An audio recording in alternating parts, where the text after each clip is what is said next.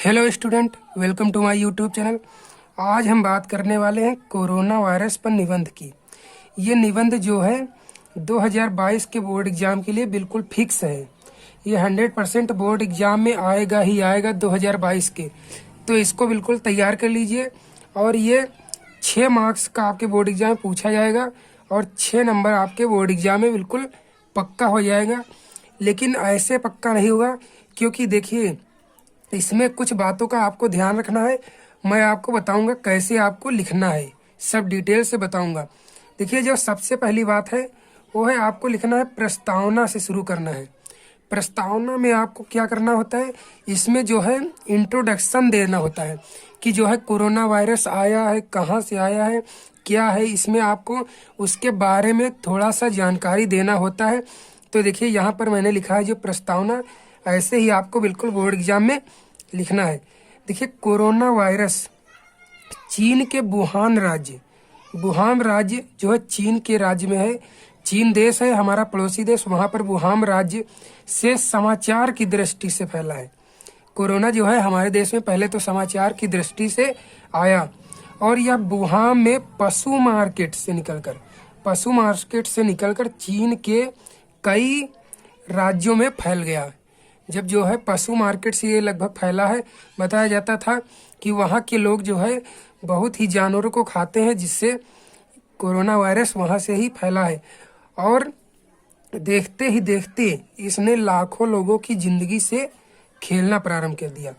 ये इतना खतरनाक वायरस था उस समय कि देखते ही देखते बहुत जल्दी ये कोरोना वायरस फैल गया और इसने लाखों लोगों की जिंदगी से खेलना शुरू कर दिया।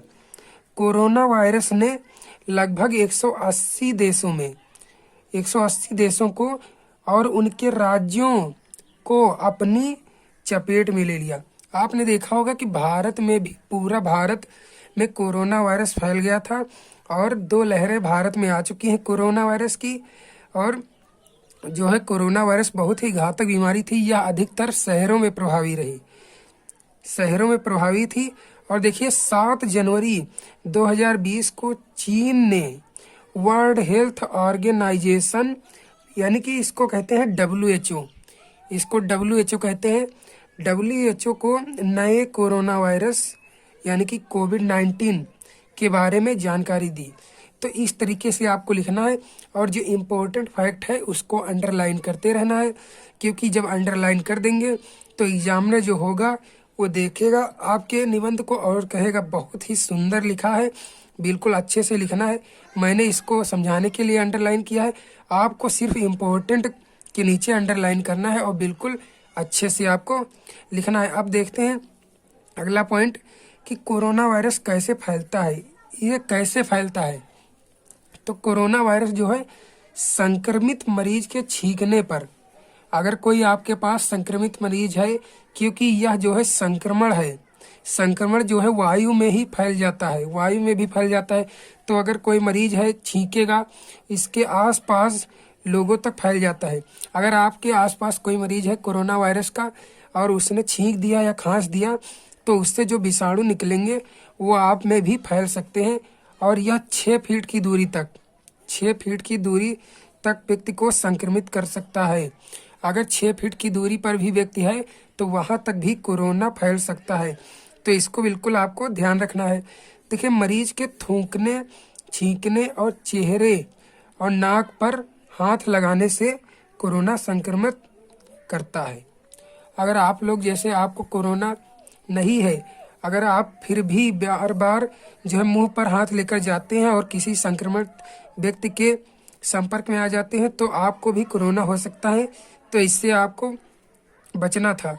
अब देखिए, यह बिना किसी लक्षण दिखाए 14 दिनों तक एक्टिव रह सकता है। या कोई भी लक्षण, आपने कोरोना वायरस देखा होगा कि कई व्यक्तियों में कोई लक्षण नहीं था, फिर भी उनको कोरोना वायरस पाया गया। कोई लक्षण, ना खांसी, ना जुकाम, ना बुखार, कुछ भी कोई लक्षण नहीं, फिर भी उनके कोरोना वायरस निकलता था जांच करने पर, और वो 14 दिन के बाद ठीक हो जाते थे सिर्फ पैरासीटामॉल देने से। पैरासीटामॉल जो है आप लोगों ने सुना होगा कि पैरासीटामॉल ये दवाई थी, ये खाते रहते थे और कोरोना वायरस से ठीक हो जाते थे। और जिसको असली कोरोना होता था वो जो है ऊपर पहुंच जाता था। तो इसलिए ये बात आपको ध्यान रखना है। अब देखते हैं अगला पॉइंट क्या है। अगला पॉइंट हमारा है कोरोना वायरस से निपटने के लिए खोज। उस समय देखिए जब पहली लहर आई थी कोरोना की, उस समय हमारे पास कुछ नहीं था, ना वैक्सीन थी, ना बेड थे, ना ऑक्सीजन थी। भारत के पास जो है बहुत ही कमी थी और जांच करने के लिए भी नहीं था, समस्याएं थी। तो पूरी दुनिया कोरोना वायरस की खोज के बाद जब कोरोना वायरस पता चल गया चीन से, तो उसके बाद जो है पूरी दुनिया वैक्सीन की खोज में लग गई। पूरी दुनिया वैक्सीन की खोज में लगी थी और वैक्सीन हाथ नहीं लगी थी। फिर लगभग 6-7 महीने बाद, जब 6-7 महीने गुजर गए, तब जाके वैज्ञानिकों के बहुत प्रयास करने से, जब बहुत प्रयास किया वैज्ञानिकों ने, तो उनके हाथ वैक्सीन की खोज हुई। जब वैक्सीन की खोज हुई तो हमें राहत की सांस लेने का मौका मिला कि अब वैक्सीन आ गई है, अब हम कोरोना वायरस से डरने की जरूरत नहीं है। तो अब देखते हैं अगला पॉइंट क्या है। अगला पॉइंट है लॉकडाउन की भारत में पहल। देखिए लॉकडाउन कब लगा जो है, सबसे पहले हम बात करते हैं अब लॉकडाउन की। लॉकडाउन 21 मार्च 2020 को, जब 21 मार्च 2020 को जो है भारत के प्रधानमंत्री श्री नरेंद्र मोदी, भारत के प्रधानमंत्री श्री नरेंद्र मोदी के नेतृत्व में भारत की समस्त जनता के साथ भारत में 1 दिन का लॉकडाउन पहले किया गया। पहले क्या किया गया, 1 दिन का लॉकडाउन किया गया। 21 मार्च को 1 दिन का लॉकडाउन किया गया और उसके बाद 1 दिन का लॉकडाउन 21 मार्च को किया गया और उसके बाद जो है मोदी ने 21 दिन का लॉकडाउन किया। 21 दिन का लॉकडाउन मोदी ने कर दिया।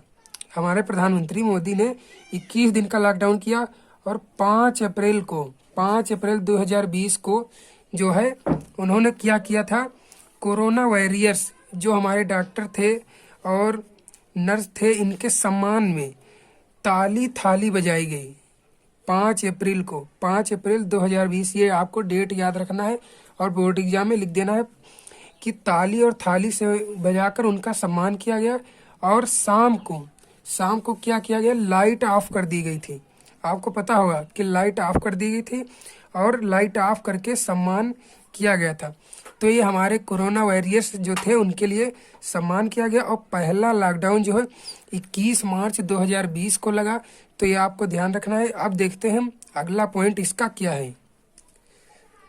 अब देखिए अगला पॉइंट जो हमारा है वह कोरोना वायरस से बचने का उपाय। आखिर उपाय क्या है, अगर मान लीजिए कोरोना हो गया तो इससे बचने का उपाय क्या है और इससे हम कैसे बच सकते हैं। तो देखिए अपने हाथों को समय समय पर 20 सेकंड तक, उस समय ये बहुत प्रचलन था कि समय समय पर हाथों को धोते रहिए 20 सेकंड तक। और हैंड सैनिटाइजर का प्रयोग करें। 20 सेकंड हाथ अपनों को धोए और हैंड सैनिटाइजर का प्रयोग करें। उस समय एक गाना भी प्रचलित था जो टीवी में प्रचार आता था, 20 सेकंड तक हाथ धोते थे बच्चे और हैंड सैनिटाइजर का प्रयोग करते थे। और अपने मुंह पर मास्क जरूर लगाएं।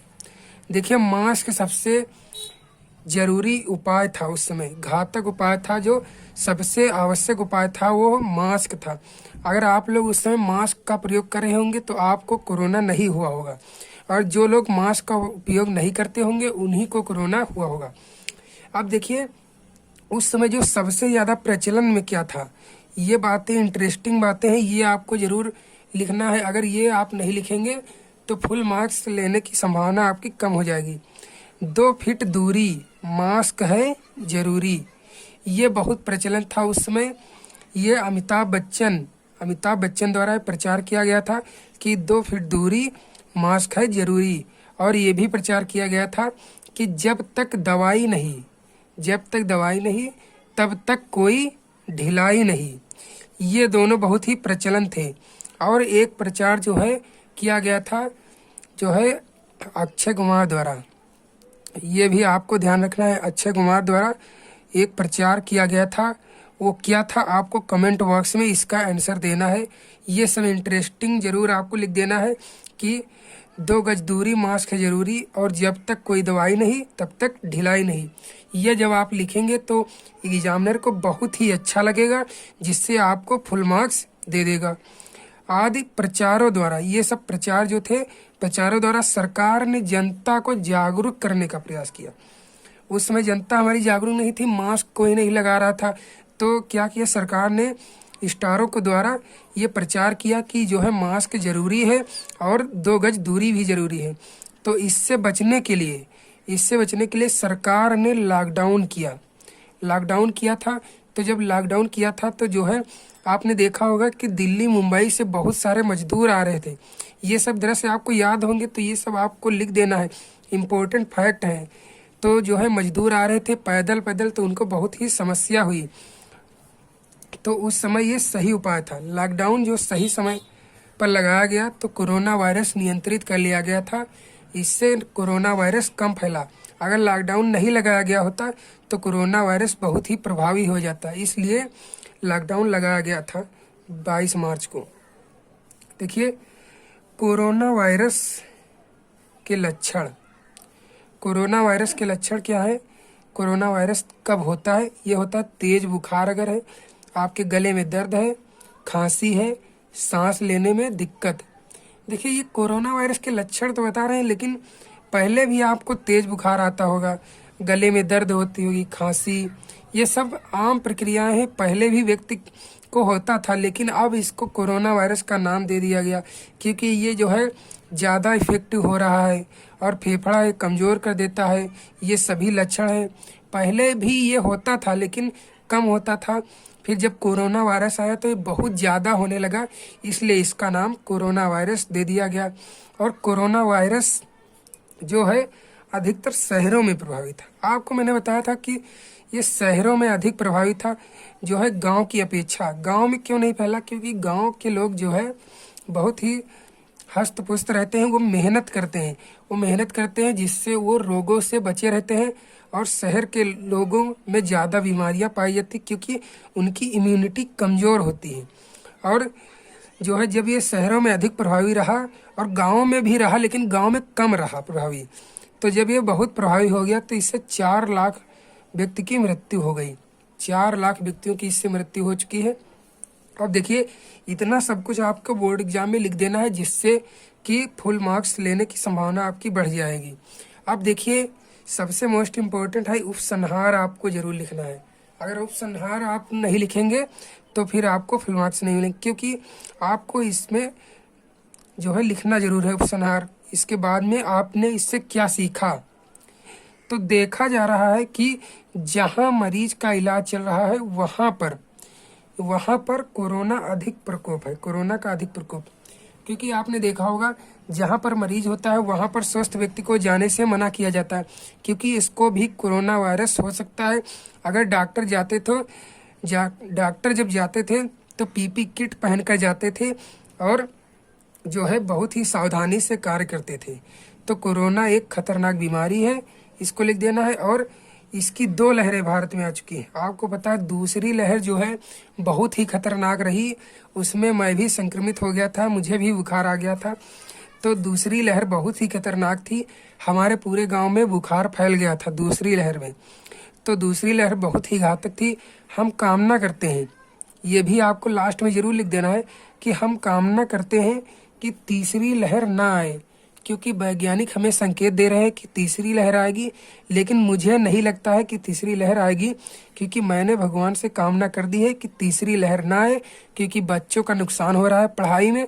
शिक्षा बहुत ही अधिक प्रभावित हुई है कोरोना वायरस से, क्योंकि बोर्ड एग्जाम रद्द हो गए थे, तो इसलिए इस बार तीसरी लहर ना आए और 2022 में आपका जो बोर्ड एग्जाम है वो बिल्कुल फिक्स हो, क्योंकि आपका बोर्ड एग्जाम मार्च में होने वाला है। तो आप लोग तैयारी बिल्कुल कर दीजिए। और ये कोरोना वायरस जो है 2022 में फिक्स निबंध है, तो इसको बिल्कुल तैयार कर लीजिए। और अगर वीडियो पसंद आया तो वीडियो को कर दीजिए लाइक, चैनल को कर दीजिए सब्सक्राइब और शेयर कर दीजिए, क्योंकि मैं इस तरीके के वीडियो लाता रहता हूँ। Thank you.